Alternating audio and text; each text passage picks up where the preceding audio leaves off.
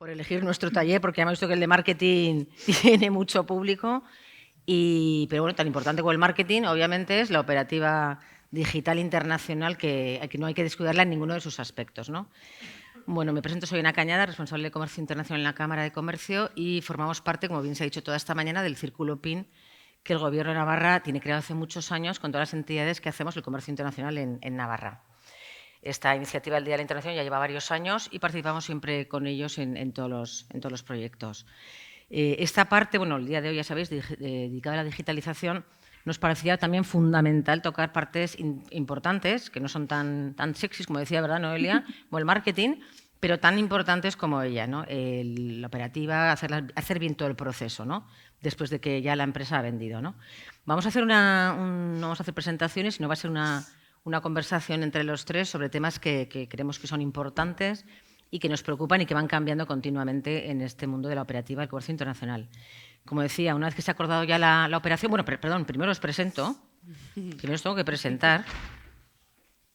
A mi lado está Rocío Lorenzo. Rocío ha desarrollado su carrera profesional desde hace 20 años en el área de fiscalía internacional en diferentes países como Colombia, Estados Unidos, México, Irlanda y España. Cuenta con amplia experiencia en fiscalidad y planificación tributaria internacional y lleva a cabo asesoramiento fiscal en operaciones de reestructuración empresarial y estructuras patrimoniales. Es experta en impuestos sobre sociedades y tributación de no residentes. Ha participado en numerosos procedimientos de inspección fiscal también relacionados con grupos empresariales y operaciones transfronterizas, así como en due diligence fiscal. Y actualmente trabaja en la firma Leslow. Luis Perdiguero es director de operaciones con especialización en e-commerce y digitalización de cadenas de suministro, con más de 20 años de experiencia en diseño, contratación y gestión de 3PLs, redes de transporte y distribución y call centers. Ha desarrollado su carrera en empresas como Bybit, Amazon, Groupon, Starlight o Banco de Santander, siendo actualmente el partner asociada en Houdas, consultora especialista en operaciones y supply chain. Es MBA en Global Supply Chain mañana por IE Business School, licenciado por ESIC y profesor asociado de varias escuelas de negocio, entre ellas la EOI, la Escuela de Organización Industrial, EAE, Business School y EBF. Y por último, Noelia Ruiz, es licenciada en Derecho y Periodismo y máster en Dirección de Comercio Electrónico. Comenzó su andadura en el sector online hace 15 años, nada menos, en el online, muy pionera, como responsable de desarrollo de negocio de empresas tecnológicas, y desde hace más de 5 años es la directora de ventas del canal e-commerce internacional en Comercia Global Payments, empresa proveedora de soluciones de pago para comercios y empresas, y participa por Global Payments y CaixaBank. Que ahora es cuando la gente lo entiende. Ahora sí, exacto. Muy bien. Comenzamos entonces con la primera pregunta para que los tres nos puedan empezar a orientar en esta área. Como decía, una vez que se ha ya acordado la operación de import-export, ¿no? Siempre hablamos de exportaciones, pero también es importante hablar de la parte de importación, que es tan importante en el proceso como la exportación. Hay varios eslabones que hay que tener en cuenta a la hora de formalizar esa operación y que no se estropeen, ¿no? Los contratos, la fiscalidad, medios de pago, logística y transporte. ¿Se puede, en vuestra opinión, se puede y se debe implementar un procedimiento digital en la empresa para no dejar ningún espacio sin cubrir? ¿Qué debería hacer la empresa? ¿Empiezo yo, si queréis?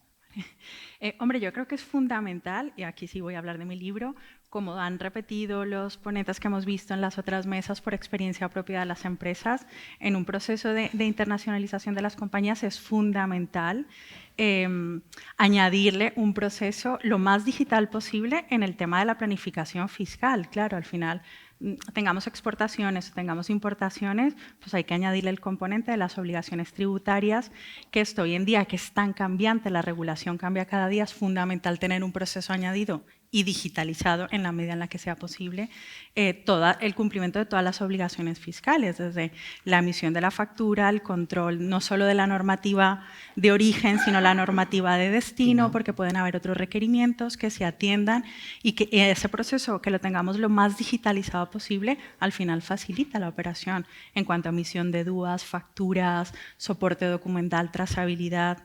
Si hablamos de aplicación de diferentes tipos impositivos, de IVAs o en la importación, pues yo creo que tiene un valor añadido para las compañías en cuanto a facilidad de sus obligaciones, el cumplimiento de sus obligaciones tributarias, tenerlo digitalizado, yo creo que es fundamental.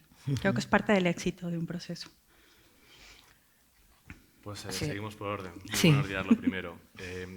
cuando dices que si se debe, no se debe, es prácticamente una obligación el hacerlo. Y además el no hacerlo en coordinación o con sincronía con otras áreas, y hemos hablado antes mucho de marketing y la parte comercial y de cómo conseguir ese negocio. Cuando llegamos nosotros, que somos a lo mejor los que estamos, bueno, pues no sé si menos lucido, pero a lo mejor en un segundo plano, el no hacerlo bueno, significa que no puedes competir.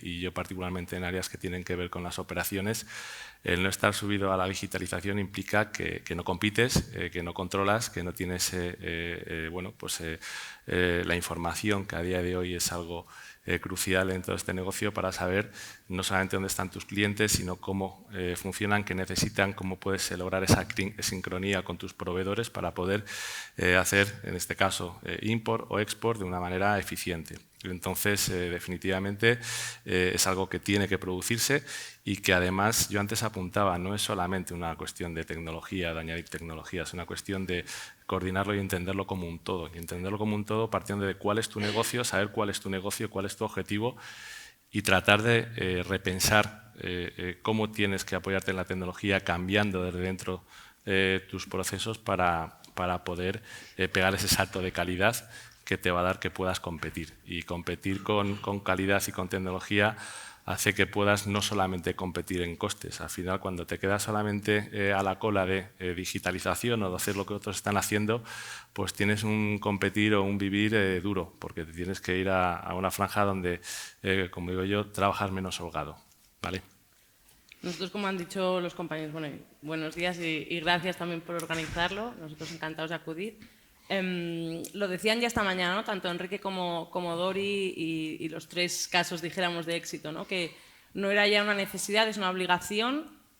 Nosotros, desde el punto de vista de los pagos, al menos, yo en mi área trabajo todo lo que es digital, los pagos digitales, y por mucho que vendas y hagas mucho marketing, ¿no? Que es la parte que decíamos más sexy, lo que más nos gusta o es más fácil posiblemente de entender. Si no hay un pago final, nadie de los que estáis aquí, vuestra empresa facturaría, y tampoco las nuestras, con lo cual es un momento muy importante que cada vez más el hecho de incorporar pagos digitales no solamente afecta o a la parte vendedora o a la parte técnica, sino que tienen que estar todos los departamentos muy conectados para conectar los sistemas, los softwares que hay detrás, todo el tema normativo, es decir, tiene que haber una conciencia en toda la empresa de que esos servicios van a ayudar a crecer, a desarrollarse y a adaptarse, que creo que aquí es muy importante, que lo ha introducido un poquito Dori, muy importante saber en qué mercados queréis abordar para, a partir de ahí, pues también digitalizar en función de ese destino, ¿no? de ese nuevo mercado o escenario que se os abre. Y es básico, vamos. Es el día a día, al menos yo con lo que trato, el día a día es empresas digitalizadas o, bueno, en vías de... Correcto. Está claro. Hemos visto, bueno, que innovar es una exigencia ya para la supervivencia, ¿no? Lo hemos dicho esta mañana, lo sabemos en el día a día, el COVID ha acelerado todo y sobre todo también de digitalizar, no solamente, sino transformar, ¿no? Va más allá de una simple digitalización. Y además, no solamente debe hacerlo el Departamento de Comercio Internacional, sino el logístico, financiero, toda la empresa debe estar muy bien conectada, ¿no? Hemos comentado la semana pasada, mientras preparábamos, ¿verdad?, la presentación, que a veces los departamentos de la empresa van un poco a su aire, ¿no? No se conectan y probablemente un proceso de digitalización conectará mucho mejor y conectará mejor a la empresa, ¿no? ¿Cómo debería afrontarlo la empresa? ¿Por sí misma? ¿Debe hacerlo con ayuda de especialistas? ¿Qué opináis? ¿Qué estáis viendo vosotros en las empresas? Hemos visto ejemplos esta mañana, ¿no? El propio Isimar nos decía, ¿no?, que él mismo había casi buscado cómo hacerlo, pero a veces se va mejor acompañado con un ERP que te implanten en la empresa. ¿Qué os parece?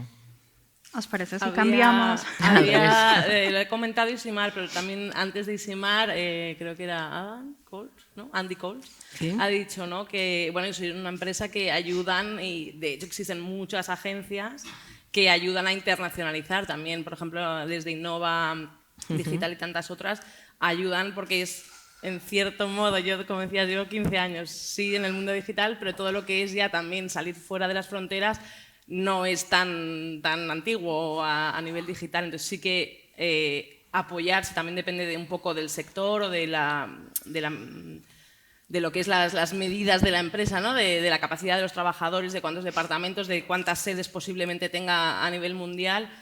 Siempre es bueno acudir a una empresa que te pueda ayudar a elaborar esa estrategia, pero obviamente un plan interno es muy necesario. Y desde los que trabajan a pie de calle, como quien dice, a los altos directivos, porque la cadena no se puede parar, ¿no? Y precisamente tiene que escalar a todos los niveles. Eso es. En ese sentido, sí.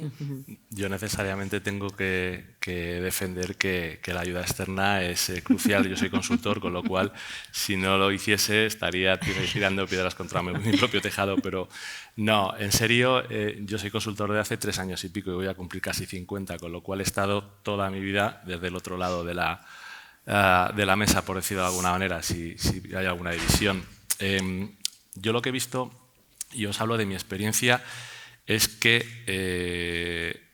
el buscar ayuda afuera es muchas veces más inteligente para empezar que tratar de hacerlo autónomamente, porque autónomamente te va a costar a veces mucho más tiempo encontrar el enfoque adecuado, probablemente no tengas los recursos y el de incorporarlos, pues, o que seas a lo mejor una gran compañía, pues es algo que es costoso y que además encima a la medida que no vas a necesitar mantener el tiempo, porque una vez que has diseñado, que has establecido lo que ha de ser tu devenir para, en este caso, hacer comercio internacional bajo un prisma de digitalización en todas las áreas, insisto, esos perfiles, una vez que ya tienes montada lo que ha de ser tu estrategia y tu forma de funcionar, pues no van a ser necesarios. Entonces, muchas veces el encontrar gente que te pueda ayudar a construir o en un momento puntual entender cuál es la manera de llegar a tu objetivo es importante. Yo lo veo todos los días porque además con la digitalización, yo aquí, estamos en esta sala y yo creo que aquí lo podemos decir. Muchas veces hablamos de lo digital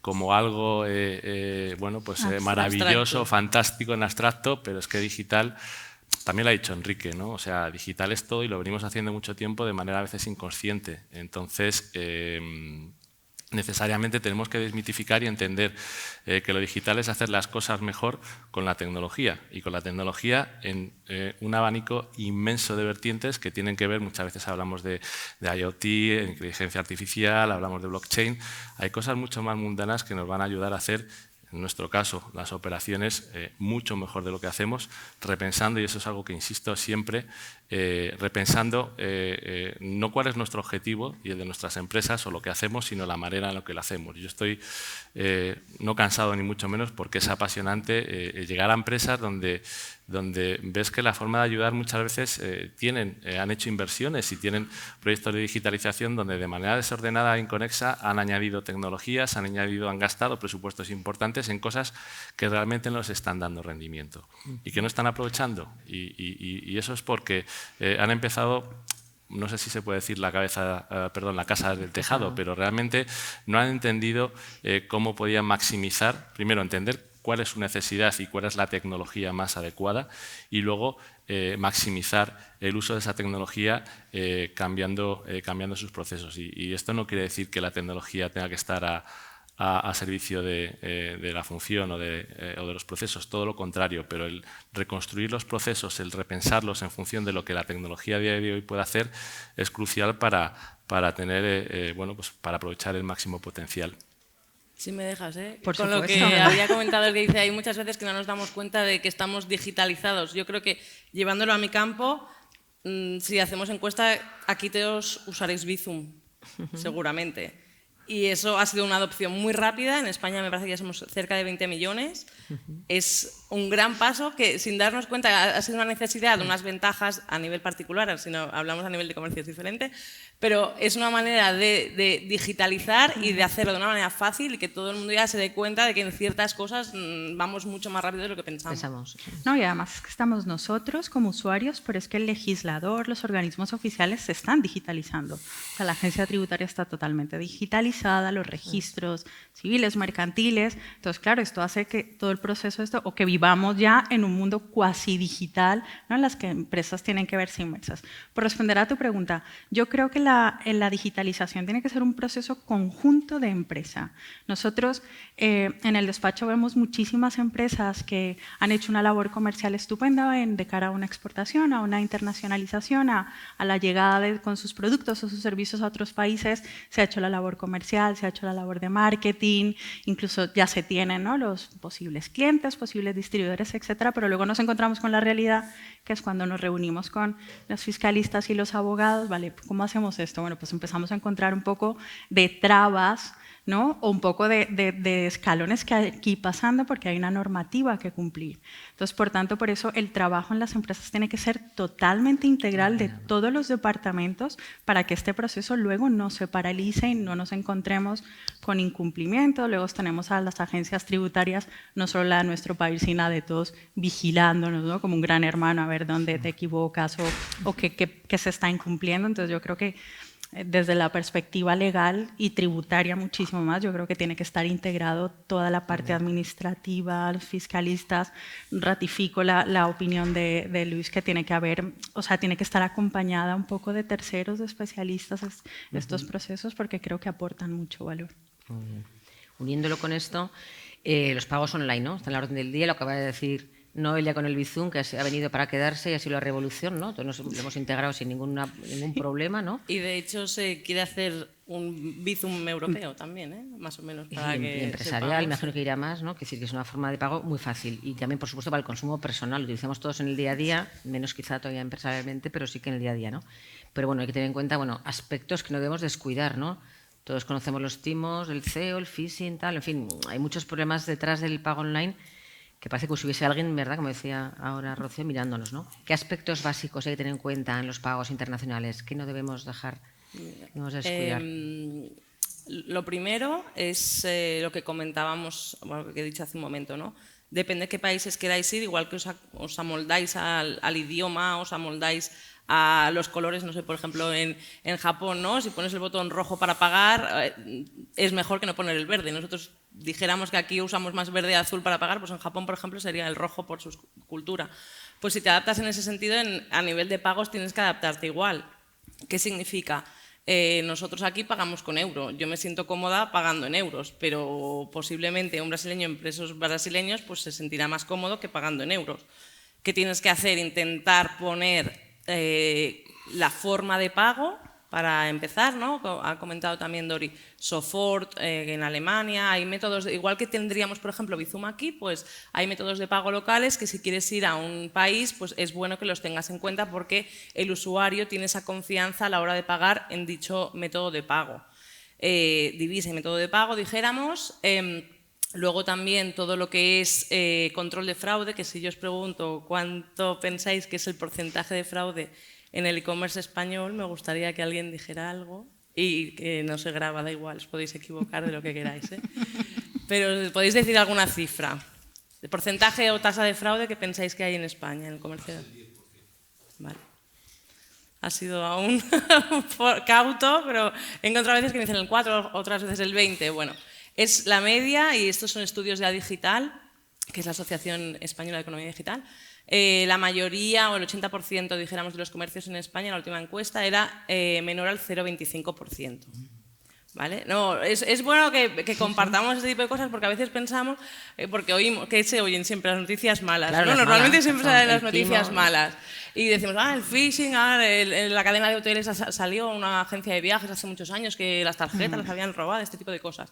Pero lo que es el fraude puro, dijéramos que todas las empresas que nos dedicamos al sector para controlar los pagos, tenemos herramientas, ¿no?, para que vosotros podáis trabajar tranquilamente vendiendo y haciendo balanza de lo que es mayor conversión, mayores ventas y mayor, dijéramos, también control, ¿no?, de fraude. Entonces, yo resumiría diciendo 3 cosas, que son todo el control de las divisas, donde queréis ir, los métodos de pago adaptados a esos países donde queréis ir, y bueno, y establecer tus propias reglas a través de motores que hay de control de fraude, pues eso, sabiendo que A lo mejor yo vendo en India, pero si me llega un pedido de Londres con una dirección de Estados Unidos, a mí esto no me cuadra. Voy a paralizar la transacción y bueno, luego la reviso y no quiere decir que la deniegue. Entonces, bueno, un poquito estos puntos para que, como decimos nosotros... Además, si te pregunta una empresa, te hace un pago en Egipto y era a través de Eslovenia, ¿es correcto? Pues sí. Sí, puede ser, tú tienes normas y puedes... Hay que comprobarlo y llamar y preguntar, es verdad. Fue una consulta la semana pasada. Es decir, estamos en una economía cada vez más globalizada, con lo cual... Y así era. Pero das las herramientas para que cada empresa sabe su modelo de negocio, sabe si esto es habitual o esto le pasa a uno de cada 100 y entonces ahí la para. Exacto. Y con eso lo acabo, ¿eh? ¿Por qué hacemos esto? Porque el momento del pago es el momento que ahí es donde o se vende o no se vende. Sí. Y tenemos que ponerlo lo más fácil posible para el usuario. Nosotros decimos, hay un compañero que lo decía muchas veces, que era dulcificar el momento del pago. Es importante porque es donde ahí te das cuenta que el dinero de la normalmente tarjeta aquí en España, ¿no?, desaparece. Pues en eso tienes que ofrecer usabilidad al usuario, que sea con confianza, tienes muchas veces los logos de confianza online, de la asociación, etcétera, para que todo, pues bueno, sea mucho más agradable de cara al cliente final. Fiscalidad, vamos ahora, me toca a Rocío. Para la parte aburrida. Fiscalidad, sí, pero es que hay que conocerla también, ¿no? La fiscalidad en la digitalización, ¿no? Había nuevas normas este año, el 1 de julio entraron nuevas normas con el IVA en Europa. Y se avecina nueva agenda para el 22. Sí. ¿Qué nos puedes contar? Bueno, Rocío, yo creo que llevamos una época muy entretenida. Sí. No nos aburrimos, esto cambia totalmente. Además, nos hemos quedado en una muy, muy pequeña parte de lo que va a venir. Evidentemente, como tú decías, ahora en el 2021, a partir del 1 de julio, se ha transpuesto una segunda parte de una directiva, que es la directiva de IVA, que me imagino que la conocéis, que es en la venta B2C al consumidor final, que esté dentro de la Unión Europea. Hay que aplicar el tipo impositivo en las ventas, el tipo impositivo vigente en el país de destino donde esté el consumidor. Entonces, una empresa que esté haciendo ventas a distancia a clientes en Irlanda, por ejemplo, clientes finales, no hablo de negocios B2B, sino negocios a consumidor final, que no son empresas. La empresa española tiene que aplicar, si se superan unos umbrales, que ahora se ha unificado el umbral de los 10.000 euros por las ventas a nivel europeo, tiene que aplicar el IVA en Irlanda. Si le vende a Francia, pues tiene que aplicarle a esa venta el IVA en Francia. Y lo que han hecho es, aquí entramos también en esto de la digitalización, que las administraciones lo están haciendo, es que han puesto en marcha una ventanilla única donde las empresas españolas desde el portal de la agencia tributaria pueden hacer sus liquidaciones de IVA de todos los países europeos. Entonces, esto lo que hace es que facilita muchísimo, porque antes de esto lo que se hacía es que cada empresa que vendía en estos países y superaba sus umbrales tenía que registrarse a efectos de IVA en cada país, una carga operativa y de costos brutal. Bueno, esto ha sido un poco revolución, es verdad, porque se ha puesto en marcha el 1 de julio, ni las empresas sabían cómo implementarlo, ni la agencia tributaria tampoco sabe manejar muy bien. Bueno, digamos que estamos en un momento de pruebas, pero con una normativa ya vigente. Bueno, nosotros la experiencia que tenemos es bien, pero entiendo que de aquí saldrán reclamaciones, consultas y tal, porque estamos probando algo con una ley vigente, que por tanto hay sanciones por incumplimiento, etcétera. Bueno, esperemos que de cara al año 2022 vaya mucho mejor. De cara al 2022 esperamos muchísimo cambio normativo. Estamos esperando la publicación ya de la modificación del impuesto de la renta a las personas físicas para todo el tema de las criptomonedas y esto, que aquí no queríamos entrar mucho por no abrir mucho debate, pero bueno, si hay que abrirla se abre. Pero bueno, sí que estamos esperando, porque ya la agencia tributaria lo anunció, que va a regular un poco la tributación de todo el negocio que hay en función de las criptomonedas. Estamos también esperando los famosos impuestos verdes, toda la regulación que va a haber en cuanto a hidrocarburos, el impuesto a los plásticos, todo esto medioambiental va a cambiar. Nos enfrentamos también al acuerdo del G7 de la tributación mínima del 15% para las sociedades, ¿correcto? Que esto... Yo aquí siento mucho decir esto, pero es que creo que la Unión Europea es muy ambiciosa en sus sueños, pero luego en la realidad, entonces este sueño europeo que tenemos del tipo impuesto, llevamos años con el Pilar 1 y el Pilar 2 de la OECD, llevamos años intentando hacer una base consolidada, hoy han dicho que no. Entonces me parece que vamos un poco prueba y error, y en función del prueba y error vamos todos los detrás, ¿no? Tanto el contribuyente como los asesores un poco en camino. Pero bueno, por volver al 2022, es un poco a ver en qué va a parar esto de la tributación. Nos enfrentamos también a la ley de startups, que está ahora en el Parlamento. Creemos que puede ser muy interesante porque es un ecosistema que también está muy digitalizado, que creo que es verdad que igual esperábamos mucho más, pero bueno, hay ciertos beneficios que van a ser interesantes si la ley no sufre modificaciones en el trámite parlamentario. Y luego lo de los impuestos digitales también, que se ha llegado al acuerdo, que esto también para las empresas exportadoras. Estados Unidos ha dicho, yo paralizo los aranceles y usted se replantea un poco el impuesto de digital que me ha puesto a las grandes multinacionales. Se lo replantea un poco, lo deja un poco en stand-by hasta que la Unión Europea se ponga de acuerdo y hagamos un impuesto común. ¿Cuánto será? No sé, llevamos 2 años intentando hacer un impuesto común para las digitales, no sé. Pero creo que el 2020 sí que va a ser un año de bastante cambio. 2022, perdona. Los presupuestos generales también vienen con un poco de modificaciones en cuanto al IRPF, al tipo impositivo de las empresas de nueva creación, dicen que el 10. Bueno, yo creo que sí va a ser muchos cambios a nivel impositivo. Bien preparado, entonces, correcto. para Yo creo el que 9 de vamos enero. cada vez más a más entornos regulados y a más normativa en todo nuestro Totalmente, sector, sector digital, si limitamos a comercio electrónico, cada vez más regulado, ya sea tanto para proteger al consumidor final como también proteger al comercio, no es que sea solo unilateral. Pero... Claro, el problema es que aquí tenemos el debate, que creo que lo comentamos por teléfono en una de las llamadas preparatorias, es si realmente esto protege o es un obstáculo para la empresa. Yo creo que a veces tanta regulación, en función de cómo salga, no veremos el resultado, pero yo creo que a veces obstaculiza un poco de lo que puede brindar. Porque yo, por ejemplo, bueno, hacemos mucho debate, ¿eh? Sí. Es la idea. Porque creo que, en cierta manera, la tecnología siempre va por delante de la normativa, entonces la tecnología ya está desarrollada, Claro. implementada, como quien dice, y demás, y en cambio la normativa llega después. Pasó con los taxis, ¿no? Con el Cabify de turno y demás. Pues la tecnología te da la opción del marketplace y demás, y luego todos... Oiga, pero la normativa, ¿qué pasa? ¿Cómo la hacemos? ¿No? Entonces, en ese sentido, yo creo que puede ser un obstáculo, porque claro, como no lo tienes adecuado, Claro, ¿cómo lo asimilas? tenemos un desfase entre el desarrollo tecnológico, que puede ser útil para las empresas, para el inversor, y luego tenemos al legislador intentando regular algo que no conoce, no controla, desconoce absolutamente. Entonces, esta regulación forzada, rápida, sin entender un poco lo que está intentando regular, yo creo que va a pasar con lo de las criptomonedas. Oír, por ejemplo, a la ministra de Hacienda decir que la localización de las criptomonedas, no se ha enterado usted de lo que es una criptomoneda. Bueno, claro, no, pero me pongo esto como ejemplo porque, claro, intentar regular algo que no entiendes, luego el resultado puede ser, no puede ser muy bueno. Bueno, lo que Esperemos. decíamos, ¿no? Las empresas tienen que conocer, pero luego la normativa tiene que estar hecha por gente que conoce y luego que suba para arriba para poder... La directiva PSD2, ¿no? Yo creo un poco lo que estás hablando también.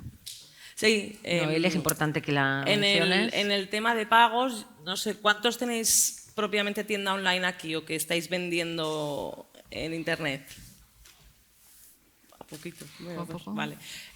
Vale. Habéis sufrido, dijéramos, este año la implementación ahora de los pagos, una nueva directiva, ¿no? Supongo que hablando con vuestros proveedores de pago y demás, ¿habéis notado que las ventas... ¿Habéis tenido problemas? ¿Os han bajado? ¿Habéis tenido que revisar un poquito más? ¿O ha ido todo bastante fluido, no? Vale. Esta es una nueva directiva de pago, es la PSD2, porque ya hubo una. Bueno, pues esta segunda tenía que haberse aplicado hace mucho más tiempo, pero bueno, como decimos, todo lo que es la tecnología va más rápido, todos los que éramos los actores en España pues no estábamos adecuados y entró en vigor este año, el 1 de enero. Y a nivel de... Lo más importante que ha supuesto de cara a comercios y a consumidor final es tener que adaptarse a lo que se llama la autenticación reforzada. No sé si habréis visto mucho ahora que se os pide que a través de un SMS o que te logues en tu cuenta del banco para acabar de dar la autorización. Bueno, esto es lo que se llama autenticación reforzada y lo que hace es que de 3 elementos que tienes para autenticarte, que es algo que tienes, como puede ser una tarjeta de crédito, algo que sabes que es un PIN, una contraseña, y algo que eres, que es la biometría, pues has de cumplir 2 de esos 3. Entonces, bueno, muchas veces ya estábamos acostumbrados porque ya trabajábamos en entornos que llamamos autenticados, que ya pedían normalmente la tarjeta y una contraseña. Entonces, bueno, no ha supuesto a lo mejor un gran cambio, depende de cómo, pero para los comercios sí, porque ahora es sí o sí, Obligación. salvo algunas excepciones que también la normativa las establece, ¿no?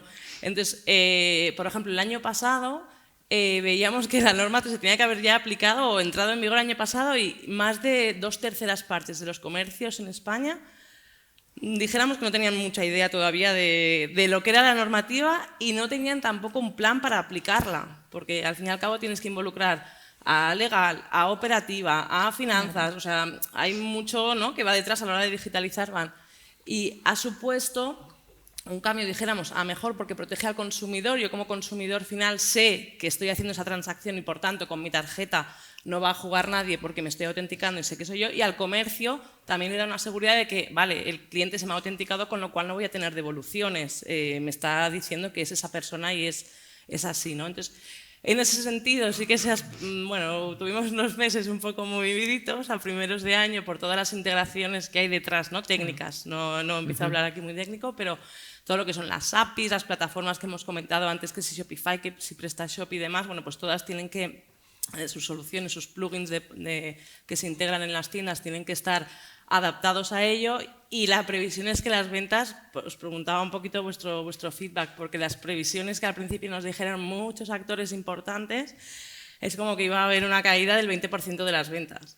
Luego hemos visto que no ha sido así, porque al final, bueno, pues ha habido un poco de flexibilidad, al final los actores hemos podido entrar y dar las respuestas necesarias, los comercios han puesto de su parte y sus equipos técnicos, pero sí que ha supuesto, dijéramos, un poco revolución, sí, dijéramos, en este año, que además era el boom con la pandemia, ¿no? Claro. Mucha gente que tenía la primera oportunidad de entrar en el online, ¿no? Mucho tema de marketplaces, yo creo que lo hemos visto, ha sido una eclosión, sí, de asociaciones, de marketplaces que se creaban, y que toda la normativa, dijéramos, ha dado un vuelco. Pero bueno. Muy bien. Luis, para ti, ¿qué aspectos de la logística, ya en concreto, la logística del comercio internacional, consideras que han cambiado gracias a la digitalización? Códigos QR, RFDI, los drones, ¿no?, que pueden ir a un almacén. ¿Ha cambiado? ¿Qué ha cambiado? Yo diría que ha cambiado todo. Y aquí hay cosas que venimos utilizando hace mucho tiempo, pero que cuando abordamos un proyecto de internacionalización y cuando vamos a hablar con lo que son nuestros clientes, hay que atender a cómo llaman a sus productos, a cómo lo identifican, a qué tipo de industria. Si estoy hablando de textil, pues el RFID es algo que necesariamente voy a tener que contemplar. Si no, me va a valer con los sistemas de codificación EAN 14, 128. Bueno, al final aquí tenemos también organizaciones donde apoyarnos, al final, a través del ICEX, a través de las cámaras de comercio, a través de ECOC, podemos entender cuál es el lenguaje y de qué manera vamos a proyectarnos de una manera correcta, ¿vale? Porque al final todo eso abunda en ¿qué? Pues en una eficiencia en toda la cadena de suministro. Nosotros al final estamos hablando, cuando hablamos de logística, hablamos de lo físico, hablamos de almacenes, hablamos de transporte, hablamos de que muchas veces la gente no asocia necesariamente lo físico a lo digital y nada más lejos de la realidad. El asociarlo nos va a proporcionar una eficiencia, que siempre yo hablo de competitividad, pero es un poco el discurso cuando hablo con gente como vosotros, que está demandando soluciones y que tiene que ver con todo, desde lo que, hablando de transporte, donde cómo pido ofertas, cómo controlo, y eso es algo que a nivel usuario y empresarial lo tenemos ya asimilado. ¿Dónde está mi envío? Bueno, pues ¿dónde está mi envío? Ahora es ¿dónde está mi contenedor? ¿En qué punto exactamente del despacho de aduanas está? ¿Cuál es la traba que hay? ¿Estoy utilizando un BL electrónico, un Telex Release, o voy a utilizar uno físico que tengo que estar mandando por mensajero como hacía toda la vida? El saber exactamente el entorno en el que me movemos y las herramientas y las posibilidades que tengo para hacerlo mucho más fluido va a hacer que esté más cerca de mi demanda y que lo haga de mejor manera. Y ahí hay un montón de herramientas. Yo siempre pongo el caso, al final cuando hablar de lo físico es importante conectarlo de manera más eficiente, y cuando hablamos de stocks y cuando hablamos de transporte, ahora tenemos mucha información para saber qué es lo que necesitan nuestros distribuidores en otros países, para tener programas de forecast and replenishment donde de una manera exacta sé exactamente qué es lo que necesita y cuándo. tanto si es un distribuidor como si estoy nutriendo a una cadena de producción, bien, el poder hacerlo así hace que aquilate los stocks que están en la cadena, que lleve a donde tenga que ir, o si estoy importando lo que exactamente necesito, y que lo haga de una manera eficiente. Cuando hablan de los paradigmas Lean dentro de cadena de suministro, es que es eso. Y cuando hablamos de herramientas modernas de forecast and replenishment, vamos a hablar ya en castellano, de planificación de la demanda, es importantísimo tener ahí aglutinar muchas tecnologías que tienen que ver con la inteligencia artificial, que tienen que ver con la Internet de las cosas y que se nutren sin nosotros saberlo, si nosotros estamos comprando una tecnología que nos hace que seamos más eficientes. Ya he abordado distintos proyectos y realmente el retorno y la manera en la que se plantean los negocios de esa manera es totalmente distinta. Entonces, cuando dicen, yo participo por un programa de DICEX donde hablamos de estas cosas y hablamos de Supply Chain 4.0 y después de la ponencia se me acerca mucha gente y me dice, bueno, yo es que tengo este negocio, ¿qué herramienta? Digo, vamos a ver, yo te puedo dar 100 herramientas que hacen esto, que hacen una previsión de la demanda y que te crean un flujo tenso para que seas eficiente en todos los estadios de tu cadena de suministro. ¿Cuál es la adecuada para ti?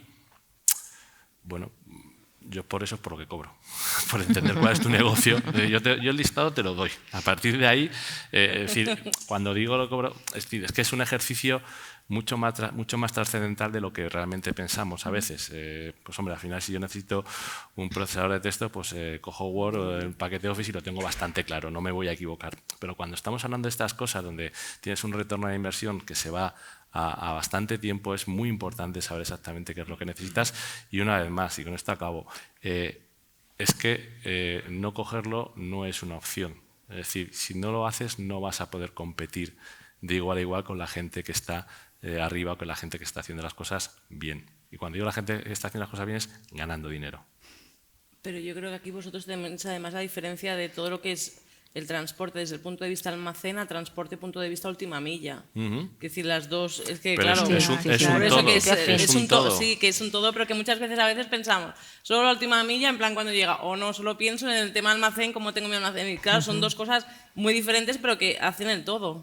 Exactamente. El helicóptero que utilices, pero bueno, siempre la operación tiene que llevarse a cabo hasta el final, que es decir, vendas esos o vendas de DP, ¿no? O sea que es importante la trazabilidad de la operación. Justo. Eso es. Yo cuando exportaba, o importando igual, dice, no, ya está en el país, ya bien, pero sí, eso me parece fenomenal, pero ¿dónde? Y a mí no me interesa es cuándo realmente lo voy a recibir o cuándo le va a llegar cuando estoy hablando con un prestatario de servicios a mi cliente. Es decir, yo he trazado el contenedor, ahora tenemos aplicaciones de manera muy clara, me vas diciendo dónde está el barco, cuándo llega a puerto, tal, no sé qué, al final si está pasando por un circuito naranja en el despacho de aduanas o no, o algo se ha torcido.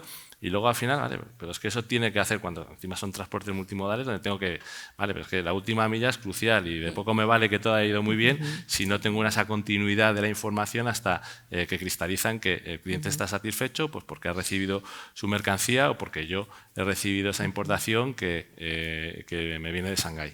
Sí. ¿Crees que aquí, por ejemplo, el OEA, el operador económico autorizado, o facilita, ¿no? Al fin y al cabo es un operador, bueno, es una figura que, como ya conocéis, imagino todos, es como dijéramos pasar la fila de la aduana, ¿no? Se puso en marcha después de los atentados del 11S y Estados Unidos quiso hacer más seguro el comercio mundial de esa manera, ¿no? Con el sello, el certificado de operador económico autorizado. ¿Facilita esto también? Sin duda. Luis, ¿no? Yo creo que también pone en valor esa figura, que se conoce igual poco, y es necesario que las empresas grandes se certifiquen, ¿no? Sí, es un afianzador una vez más de calidad y de control. Cuando hablaba antes ella de los sellos, donde pues cuando tú entras en una página web y tienes un sello de confianza online, pues a la medida que seas un poco un usuario normal, no digo avanzado, pues al final entiendes que hay algo detrás que garantiza que esa operación está tutelada con unos estándares de calidad y de seguridad ciertos y contrastados. Este es un tema, por ejemplo, que yo creo que es importante que se implemente, ¿no? en empresas, ¿no? Por ligarlo un poco con la formación que hemos escuchado también antes en las sesiones iniciales, la importancia de las personas, ¿no? Y la formación, que es decir, al fin y al cabo, ¿se digitaliza la empresa? No, nos digitalizamos todos nosotros, ¿no? Y hay que hacerlo con formación. Hay gente, oye, pues más reacia o más fácil, más difícil, y hay que ponérselo fácil a todos, ¿no? Henry Ford decía que prefiero formar a mi gente y que se marche que no formarlos y que se queden, ¿no?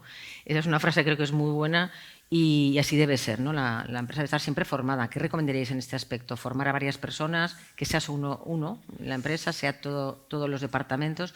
¿En qué debería estar centrada la empresa? Hombre, yo creo que deberían estar todos los departamentos o al menos quien interviene en la operación desde cada departamento, ¿no? No creo que no nos vale de nada formado el equipo comercial claro, o el equipo comercial, por ejemplo, ¿no? Pues esto, generando leads en internet, marketing digital, y luego cuando se produce la venta y se tenga que hacer el proceso de preparación del pedido, entrega, tal, que luego esto no lo podamos linkarlo a que la gente de facturación o de gestión administrativa no esté formada para preparar la documentación necesaria para atender las obligaciones fiscales, legales que viene aparejado. Entonces yo creo, la recomendación sería que estén formados todos los, o alguien de cada equipo que interviene en la operación completa. Y esto lo uno a lo que decía antes Luis, claro, es que la operación no finaliza hasta que el cliente no tiene la mercancía y has cobrado. Porque si no, claro, efectos tributarios, efectos legales, tienes una operación abierta, una renta para declarar, entonces la operación hay que entenderla no solo desde que sale o desde que llega al puerto, no, es que la operación a efectos comerciales y legales finaliza cuando el cliente tiene el producto y cuando el cliente me paga.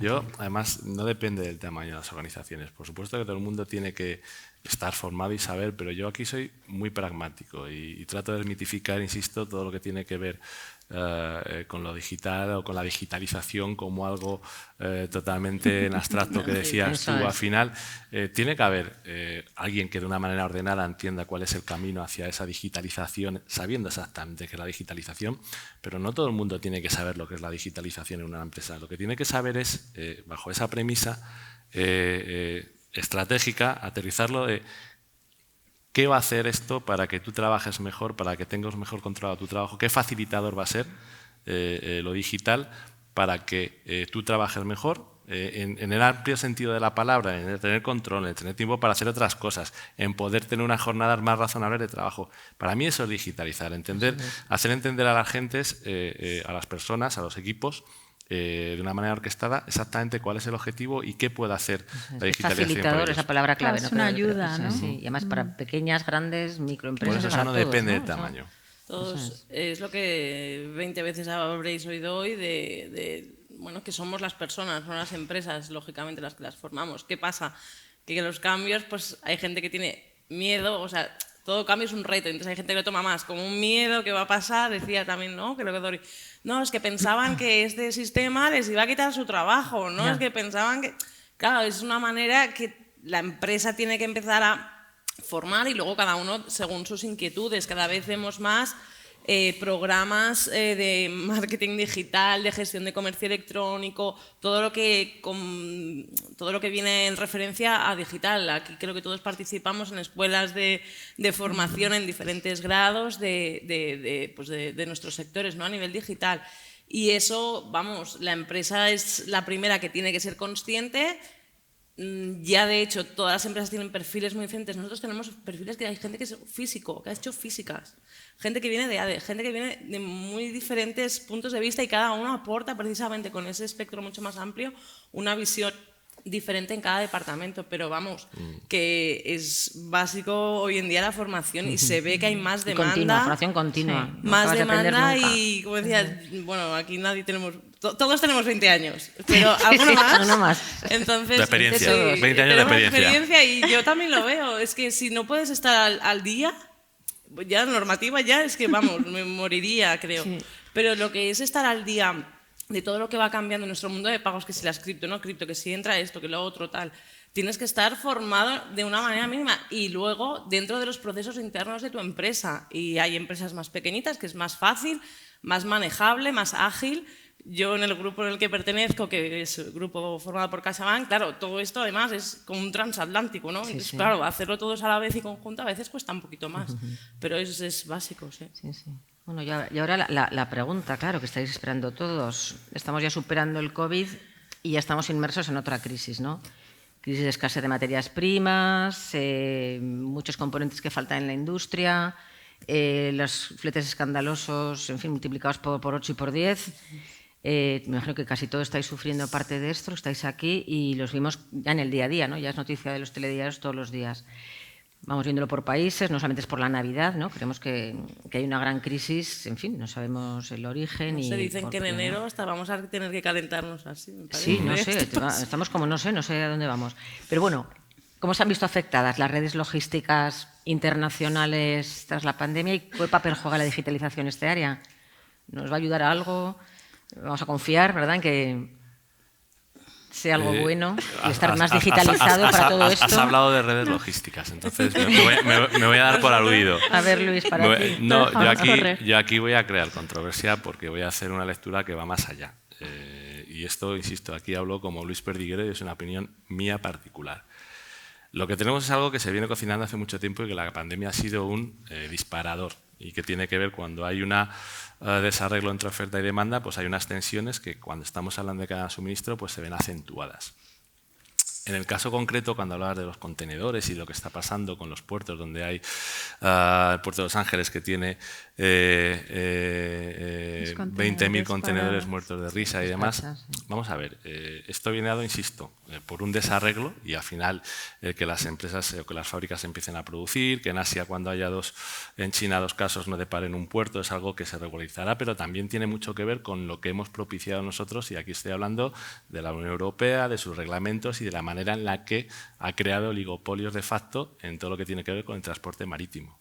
Y es así. Y al final es una tormenta que hemos venido cocinando y que nos la hemos buscado nosotros mismos. Insisto, esto puede crear controversia, pero es que es la realidad. Cuando tú hablas con cargadores y entiendes cuál es su día a día y cuando ves que las frecuencias de paso son distintas, que lo que antes costaba $1.500 ahora está costando $12.000 por el mismo contenedor. Yo hasta hace 3 años estaba trayendo contenedores de todo Asia. Y eso viene porque de las 10 navieras número 1 del mundo, 5 son europeas, porque las 3 grupos copan el 80% del mercado mundial y porque ellos son los primeros interesados en mantener esa situación. Y esta semana venían publicados los resultados de Maersk, que es la naviera número 1 mundial, donde hablaba que ha batido su récord de facturación y donde, hablo de cabeza, había crecido del orden de un 68% y donde de una facturación en el tercer trimestre de este año, con una facturación de 16.600 millones de euros, tenía un 35% de beneficio de EBITDA. Yo no sé cuántos de vuestros negocios están esos números, pero me lo apunto para el mío de cabeza. Es decir, al final yo aquí tengo una visión crítica, porque no, insisto, no solamente desarrollo de oferta y demanda, sino porque está propiciado por cómo se está manejando el negocio y además yo la mala noticia que doy es que no es algo que vaya a cambiar de manera inminente. O sea, los contenedores se tienen que estar moviendo y este es otro dato estadístico. El parque de contenedores mundialmente es de 44 millones de contenedores. Bueno, pues ahora los contenedores se están utilizando en lugar de estar en movimiento, se están utilizando como almacenes. Se han metido este año otros 2,5 millones, que es más de un 5% del parque de contenedores mundiales, y aún así no es suficiente. No hay contenedores, no hay rutas, la periodicidad de las mismas ha bajado. Es decir, yo aquí una vez más nuestros queridos legisladores o reguladores o de alguna vez intervienen, y aquí hay muchos intereses creados, o vamos a vivir una situación muy compleja y muy inestable.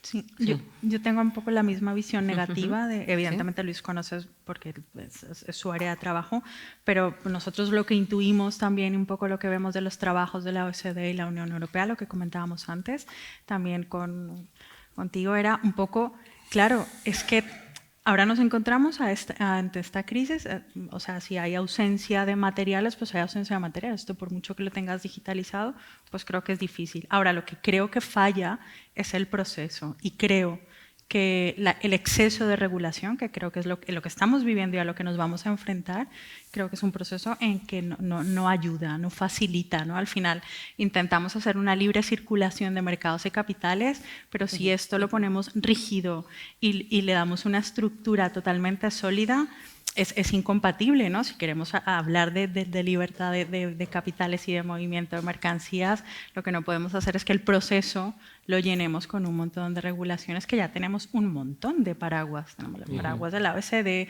¿Para qué le metemos más paraguas a esto? Yo sí que creo que la situación en el 2022 va a ser un poco complicada porque yo veo difícil solución. Si os parece la última pregunta ya y luego dejamos debate, que seguro que habrá muchas preguntas porque ha habido cosas muy interesantes que comentar. Claro, blockchain, tenemos que hablar un poquito, por lo menos, ¿no? La Organización Mundial del Comercio se ha pronunciado hace poco, ¿no?, acerca de cómo la implementación de tecnologías blockchain puede suponer una revolución, ¿no?, en el comercio internacional y además ayudará a eliminar obstáculos logísticos, dará velocidad, ¿no?, a todos los procesos, ¿no?, regulativos, financieros. ¿Creéis que esto va a ser así realmente? ¿Y en qué plazo temporal pensáis que esta nueva tecnología puede llegar a implantarse, si se va a implantar del todo, plenamente? Yo creo que aquí volvemos a lo mismo. Depende de lo que nos pueda decir Rocío en cómo vaticina que van a si se entiende desde la administración o no, ¿qué ganamos? El concepto, evidentemente, yo creo que sería idóneo para el tipo de para facilitar las operaciones, ¿no? Al final, pero claro, eliminar los bancos centrales o los bancos privados, claro, entonces aquí tenemos lo que está pasando ahora actualmente en España con el tema de las cripto y los contratos en esta tecnología de blockchain. Es que tenemos a la Comisión Nacional del Mercado de Valores intentando, primero, dar una explicación de esto qué es, y entonces esto es cómo funciona. Por el otro lado tenemos al Banco de España también intentando ver esto qué es y cómo intento regular, que ya no tengo bancos privados tradicionales que me van a regular las operaciones, sino que hay unos señores en su casa que me están validando unos contratos, que entonces está el Banco de España trabajando en esto. Y tenemos la tercera pata, que es la agencia tributaria, que ya ahí sí se está volviendo lo que dice, yo quiero mi parte del pastel, pero no sé cómo meter la mano a esto. Entonces, claro, hasta que estas tres organismos se pongan de acuerdo y haya una normativa que nos brinde seguridad jurídica a la gente que está invirtiendo, que tiene dinero, que está firmando contratos en blockchain, en operaciones con empresas americanas, en Asia también se está dando. Nosotros estamos viendo, por ejemplo, compras de activos, compras de viviendas, de inmuebles con criptos y firmando contratos a través de los blockchain, de esas compras. Claro, entonces, el notario está intentando darle solución, pero hasta que estas tres entidades no se pongan de acuerdo y nos marquen un camino, vamos un poco a salto de mata, intentando escuchar la Dirección General de Tributos que va contestando a las consultas, pero claro, eso no es no es una ley, genera una jurisprudencia, pero muy poco segura para el contribuyente. Por remitirme a la pregunta, plazos. Yo no veo a estos tres organismos trabajando rápido y de manera eficiente. Perdón, primero porque, y insisto… eso solo en España. No, fuera claro. La Unión Europea no, pues ya es la Unión… amplías más. En la Unión Europea ha sacado una directiva que aún se está intentando también organizar desde los países, claro. Entonces, plazo, yo creo que no va a haber a medio corto plazo algo que esto facilite las operaciones, que en teoría la tecnología está para esto, no creo que lo va a haber. Y lamentablemente creo que cuando la haya, no va a ser como la que… Sí, como imaginamos. No, porque al final va a ser tributar el facilitador casi todo. que decíamos antes, quizás. Claro, lo que intuimos ahora, por lo que van diciendo, ¿no? Al final será pues informar de todo, de tributarlo casi todo, lo que se entienda que haya posibles ganancias patrimoniales en esta operación, que claro, determinar una ganancia patrimonial en una operación de blockchain es muy difícil, entonces yo no soy muy optimista en que podamos tenerlo a medio plazo en España o en Europa. Sí, estoy de acuerdo y hay muchos pilotos y hay muchos proyectos ya de blockchain a nivel comercio internacional. Lo que pasa es que cuando te pones un poco a arañar y tratar de entender qué es lo que están haciendo, le ponen la etiqueta de blockchain, pero están ni siquiera arañando lo que es todo el potencial que tiene blockchain como tal. Es decir, todo lo que tiene a nivel contractual, de despacho de aduanas, de fedatarios que a día de hoy tienen que estar porque son parte interesada y que siguen participando, con lo cual le ponen la etiqueta de blockchain, pero no es blockchain, no están siquiera aprovechando un 10% del potencial que tiene blockchain como facilitador y como elemento. Yo creo que aquí es claro como elemento disruptor de lo que es el comercio internacional, porque es que es una tecnología ideal para el comercio internacional. Cuando nos pongamos de acuerdo y nos dejen utilizarla, claro. Pues esto es un poco, yo cuando hablamos de la conducción autónoma, pues hablando de una cosa completamente distinta, que a lo mejor entendemos más, si la conducción autónoma está resuelta, tiene distintos niveles del 1 al 6, nosotros seguimos estando ahí en el 2, 3, bueno, pues podríamos estar ya en niveles 4 y 5, pero el marco regulador y cómo se concibe hace que no nos permita utilizarla. Bueno, pues eso está ahí ya dispuesto y preparado, pero No, yo creo que principal es los smart contracts, ¿no? Que yo creo que es de las cosas más ventajosas que puede traer todo lo que es la tecnología blockchain. Si lo llevamos un poco al tema criptos o que más también nos afecta, sí que hace tiempo que ya en España algún comercio había empezado a aceptar el pago con bitcoins, pero bueno, era muy marginal y creo que de hecho también lo quitaron. Y ahora ha vuelto, por ejemplo, alguna cadena hotelera o hay algún software hotelero que lo que hace es que te permite, si quieres en tu hotel, en tu página de reservas de hoteles, oye, pues si quieres además de con tarjeta, PayPal y tal, pagar con Bitcoin, pues hay también... hay cajeros automáticos en Madrid o en Barcelona, ya Lo tenemos ha puesto cajeros como moneda oficial, ¿no? El Bitcoin. automáticas. Fíjate, un país. Quiero decir que sí se va avanzando, pero yo es que ahí estoy de acuerdo que hasta que la regulación sea como tiene que ser, como consideren los que tienen que ser, bueno, corto, no, medio plazo. Sí, la verdad Da que tiempo. sí. Bueno, 5 minutos 10 para preguntas, que seguro Sí. que tenéis alguna cosa, Javier. A mí me gustaría que cuantificarais un poco, tomando base 100, es decir, todo este proceso, ¿cuánto cuesta? En un país, Pero todo este proceso El de, esfuerzo. ¿Cuál? Pero el proceso ¿de qué concreto? cada uno de vuestras parcelas, la internacionalización, O sea, el esfuerzo que cuesta, dijéramos. Ah, yo tengo base 100, Sí. ¿cuánto vale 100? Y dices, bueno, pues tener la logística y la logística de la última milla, Sí. ¿cuánto cuesta mi producto? Respecto a una... Ah, que qué porcentaje de tu producto supone la parte de Como un logística. escandallo, preguntas. ¿Cuánto cuesta? Estás llamando. ¿Qué quieres llevar a México? ¿Diamantes o plomo? ¿Qué quieres llevar a.? plata o plomo. exacto, plata en plus. No, pero es que no es. Al final es que depende, es mucho más complejo que todo eso. No, yo no te estaría dando una respuesta. Aranceles, documentos. Pues mira, todo lo que tiene que ver con los estudios de mercado y saber qué es lo que vas a hacer, no apoyándote en externos, sino a través de las páginas que puedes encontrar en el ICES, en las cámaras de comercio y demás, es algo que te sale es decir, prácticamente cero.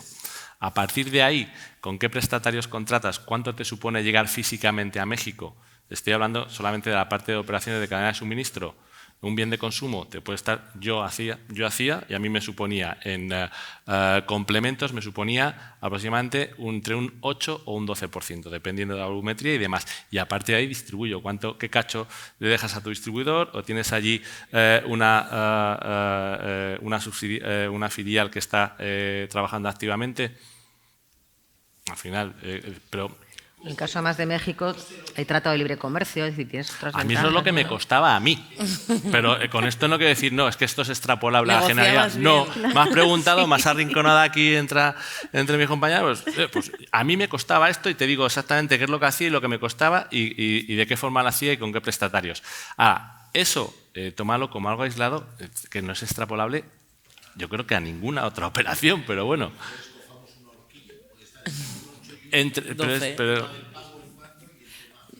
tema del pago es mucho más calibrable seguramente, Sí, porque eso al final claro. no deja de ser. Yo Sí, he implantado para pasarelas de pago y al final depende cómo negocias. Esta gente es muy razonable, la gente de PayPal es un poquito menos razonable en términos de lo que quieren de tu pastel a la hora de ese margen de intermediación. Pero es bueno. que nosotros, por ejemplo, yo hablo, o sea, solamente puro online, ya no cuento que vas a tener que gastarte en tu proyecto de marketing de la plataforma con la que vendes, lo que es puramente el procesar el pago, no pasaría del 3%. Nunca.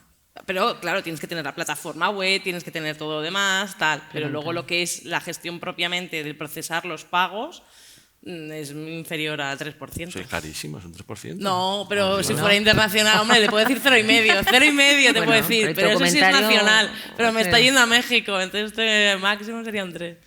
Y a efectos fiscales te voy a contestar lo que siempre le respondemos a nuestros clientes que les encanta y es depende. Y te voy a explicar el depende. Claro, te voy a explicar el depende. ¿Por qué? Porque una venta, una renta sujeta a impuestos. ¿Vale? ¿Cuál impuestos? Impuesto de sociedades en España, el 25%. Pero estamos hablando de una renta neta. ¿Cuántos gastos vas a incurrir tú para que esa venta salga? Por tanto, dependerá del beneficio. Luego, tenemos que ver si hay impuestos especiales, si son productos, si hay impuestos especiales. Luego habrá que ver si en México tenemos una retención en la fuente por esos pagos al extranjero. Depende. A la tarde sabéis que podéis hablar con ellos detalladamente. Javier, si quieres seguir afianzando, o cualquiera, por supuesto, tenéis a la tarde a disposición a los tres. ¿Más preguntas? ¿Sí? Sí, a ver. No, Sí, creo que no. Sí. Sí, Te escuchamos. Pero te oímos sin el micro Perfecto. también, porque creo que no va. Que durante el día hemos estado hablando de un poco digitalización, que en cierto modo muchas veces también puede suponer menos costes en mano de obra o en personas teniendo que hacer un cierto trabajo. Ahora también de criptomonedas y blockchain, lo cual sirve para liberalizar más el mercado, se escapa un poco a las regulaciones y tal, pero claro, como hay que pagar servicios públicos para que podamos ir al médico, etcétera, carreteras, ¿cómo debería ser esa regulación para conseguir que no haya una merma en servicios públicos, por ejemplo? Mira, yo eso te lo digo, perdón, porque es como cuando yo hablo con gente con la que a lo mejor no, con chavales que están empezando el tema de negocios, eso es como el IVA. Es decir, el IVA no existe a efectos de empresa, es algo que soportar y repercutido es inocuo. Pues en esta parte es exactamente igual. Se debe seguir pagando los servicios públicos de la misma manera, con la parte alícuota, proporcional o como se estipule. Es decir, nosotros estamos hablando de digitalización como un facilitador y como algo que te va a hacer ganar eficiencia. Pero a partir de ahí, es decir, creo que son dos niveles de actuación completamente distintos. Al final, nada va a ser gratuito, sino que únicamente que tú vas a poder hacer más por menos. Optimizar, y mejor. Optimizar. Es decir, eso yo creo que no tiene, yo por lo menos no lo veo como una amenaza para el sistema de bienestar social, si queremos llamarlo así, que tenemos. Creo que... Yo creo, en mi opinión, que la regulación ideal, que es lo que tú has preguntado, a efectos tributarios y un poco de dar seguridad jurídica, porque al final lo que pretende la regulación es, o lo que tiene que perseguir una ley, una norma, es darle seguridad jurídica, primero, al organismo oficial que está intentando recaudar, pero también al contribuyente, es decir, te marca las reglas. Entonces yo creo que esta regulación sería ideal en lo que más flexible. Cuando yo digo que de la parte negativa no es que no sea movimientos u operaciones sujetas a impuestos, por supuesto que no, porque si todos ganamos, al final, pues la idea es que la gente tribute en función de lo que se gana, ¿no? Claro, pero vamos a identificar perfectamente la ganancia, el objeto de la operación, que son donde están mis temores. Entonces, en un mundo maravilloso de si esta fuera la carta a los reyes, pues me encantaría primero que el legislador conozca. Claro, es que cuando les oyes hablar, te estás dando cuenta que desconocen la operativa de la que están hablando y de lo que están intentando regular. Entonces sería ideal que conociesen el software, lo que se está desarrollando, las operaciones, y entonces en función de esto se crea una regulación segura.